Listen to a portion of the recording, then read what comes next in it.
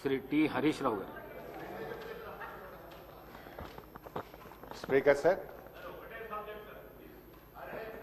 శ్రీధర్ గారు మీ మాట తప్పకుండా, నేను కూడా ఎల్ఏ మినిస్టర్గా పనిచేసిన ఒక్క సబ్జెక్ట్కే పరిమితం అవుతా, కాకపోతే ఆన్సర్ ఇస్తే సంతోషపడతా. అట్లీస్ట్ ఇప్పుడు ఏమైందంటే ఇంతమంది సభ్యులు కొత్త సభ్యులు మాట్లాడుతుంటే మీరు ఎల్ఏ మినిస్టర్గా స్పీకర్ గారు 0 ఓవర్ ఒక అరణ్య రోదనగా మార్చకండి. ఏదో మాట్లాడినామంటే మాట్లాడడం కాదు, ఆన్సర్ రావాలి. వ్రాతపూర్వకమైన సమాధానాన్ని మళ్ళీ వచ్చే సెషన్ లోపు సభ్యులకు అందజేయించండి.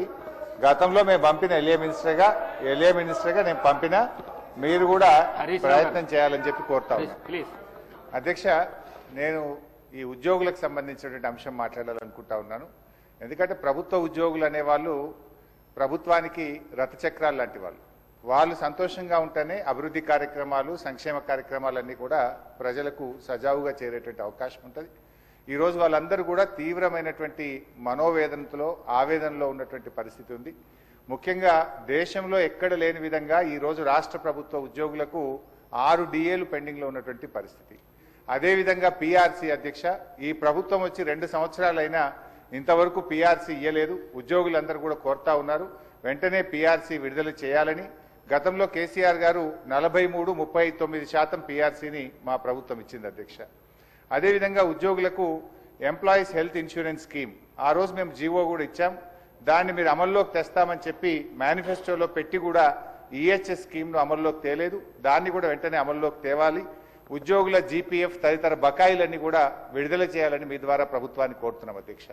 ముఖ్యంగా రిటైర్డ్ ఉద్యోగులైతే ఈ మధ్య మనం చూస్తూ ఉన్నాం, 39 మంది రిటైర్డ్ ఉద్యోగులు బెనిఫిట్స్ ప్రభుత్వం నుంచి వాళ్ళ సేవింగ్స్ వాళ్ళకి ఇవ్వకపోవడం వల్ల వైద్యం కూడా చేయించుకోలేక ఈరోజు 39 మంది రిటైర్డ్ ఉద్యోగులు మరణించారు. బీఆర్ఎస్ హయాంలో కూడా దాదాపు 15,000 మంది రిటైర్డ్ ఉద్యోగులు రిటైర్ అయితే వాళ్ళందరికీ మేము టైం మీద డబ్బులు ఇచ్చాం. కానీ కాంగ్రెస్ హయాంలో, ఎందుకంటే ఈరోజు నేను అసెంబ్లీకి వస్తూ ఉంటే పొద్దున్నే నా సిద్దిపేటలో ఒక డాక్టర్ జగత్ Kumar Reddy, retired JD veterinary, పొద్దున్నే నా దగ్గరికి వచ్చి అన్నా కొద్దిగా అసెంబ్లీలో మాట్లాడు, నేను అక్టోబర్ 2024లో రిటైర్ అయినా, ఇంతవరకు ₹1 రాలేదు. హైకోర్టుకు పోయి ఆర్డర్ తెచ్చుకున్నా, అయినా రాలేదు. హైకోర్టులో కంటెంప్ట్ వేస్తే కూడా వాయిదాలు అడుగుతూ ప్రభుత్వం మమ్మల్ని ఇబ్బందులు పెడతా ఉంది. మా రిటైర్డ్ ఉద్యోగుల పెన్షన్ బెనిఫిట్లు ఇప్పించండి, చావు బతుకుల్లో ఉన్నటువంటి మమ్మల్ని కాపాడండి.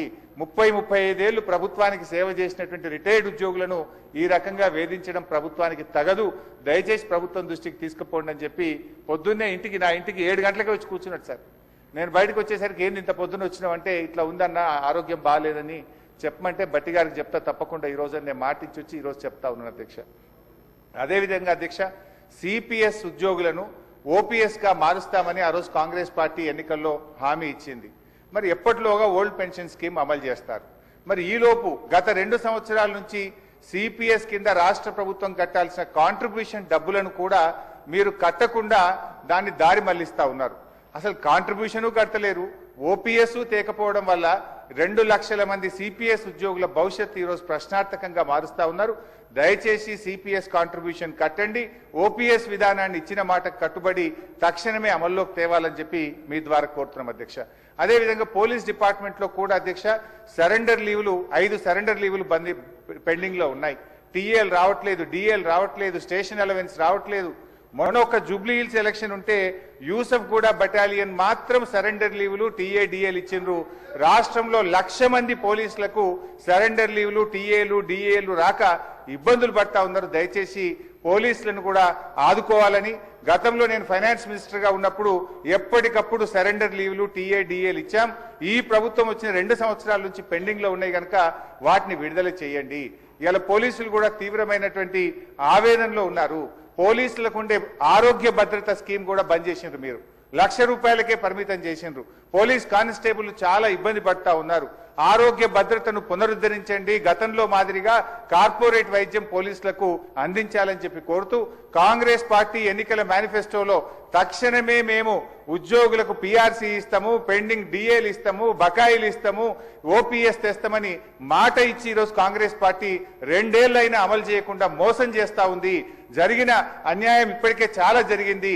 తక్షణమే ఇప్పటికైనా ఉద్యోగులకు, రిటైర్డ్ ఉద్యోగులకు, పోలీసులకు ఇచ్చిన హామీకి కట్టుబడి మేలు చేయండి అని చెప్పి మీ ద్వారా ఆర్థిక మంత్రి డిప్యూటీ సీఎం గారిని నేను కోరుతా ఉన్నా అధ్యక్ష.